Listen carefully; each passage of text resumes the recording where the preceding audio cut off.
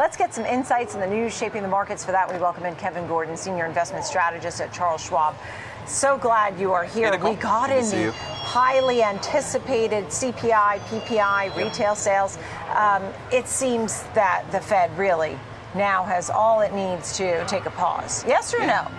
Yeah, for the near term, yeah. I mean, I think even if you just took the package of CPI and PPI together, that would argue that you're continuing to see a disinflation trend, especially on the CPI side. You know, a lot of the consternation over the recent report, the one before October, was that you started to see some blips in areas like goods and shelter that didn't necessarily confirm that you were on this path towards consistent disinflation. But that being said, I will say, from all the Fed speeches that we've had this week so far, and there are 20 of them total, but the theme has been, not declaring victory too soon, making sure that they emphasize that the path back towards the 2% goal is going to be choppy, which we still think it will be. And even on the producer's side, it'll be choppy to the downside because you've gotten back into deflation territory for the PPI. That's not, alarm bells ringing, but you also have to consider the fact that you're going to get these swings because we had negative prints for PPI earlier this year. So you're going to have swings both to the upside and the downside. But yeah, in aggregate, it's more supportive of the Fed really not having to do much more from this point. Yeah, and it's interesting because we had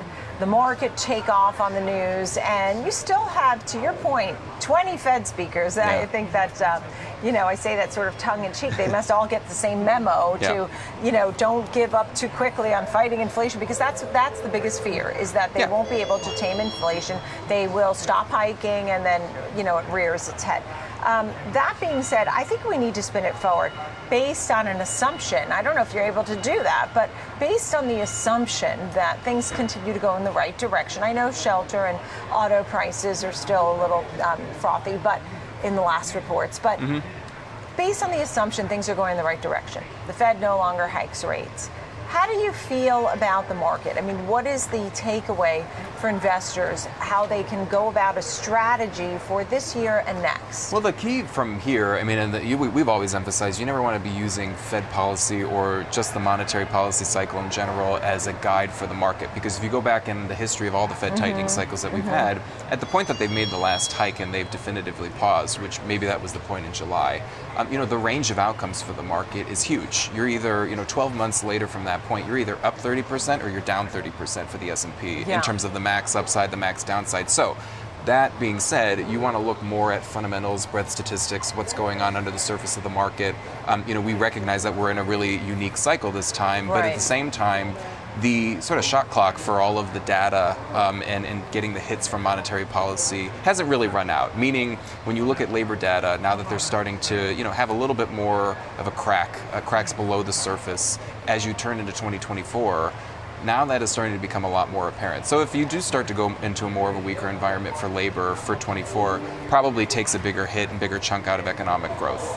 Probably would be, not the best scenario for equities, but at the same time, if this entire time, the rebound since October, the moves that you've seen over the past couple of days, today notwithstanding, if that's forward-looking enough where the market's seeing through that weakness that comes from Fed tightening, maybe that's a good sign. But I would caution against just assuming that the labor market's fine. There's going to be no effect from what the Fed has done already. It's not the case. So it sounds like I hate this phrase, but cautiously optimistic, right? So it sounds like things are on the right path, but the tone that you're taking and the concerns about the labor and possible weakness going forward.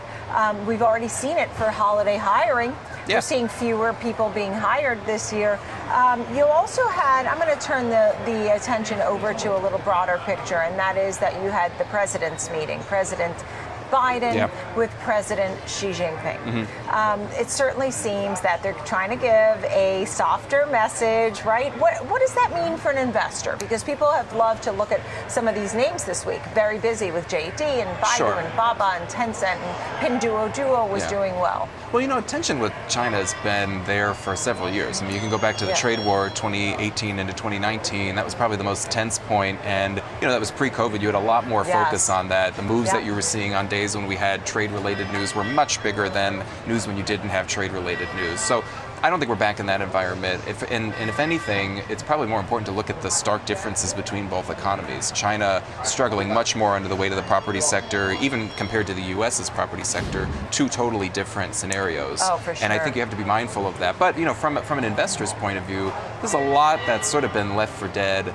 in the broader international market. And if you talk to Jeff Kleintop and the rest of our ex-US team, the sort of thinking is that if you get more dollar weakness into next year, just by virtue of the policy cycle, monetary policy in the U.S. turning for next year, becoming a little bit more accommodative, that rate and growth differential probably works in favor of areas outside of the U.S. All of that meaning you get a little bit more of a bias of international stocks relative to the U.S. Not that the U.S. doesn't do well in that scenario, but I think that's the bigger picture to keep in mind. Not just China versus U.S. is that good or bad. It's more than just a binary outcome. And then, the other thing that's sort of the forgotten story is Taiwan.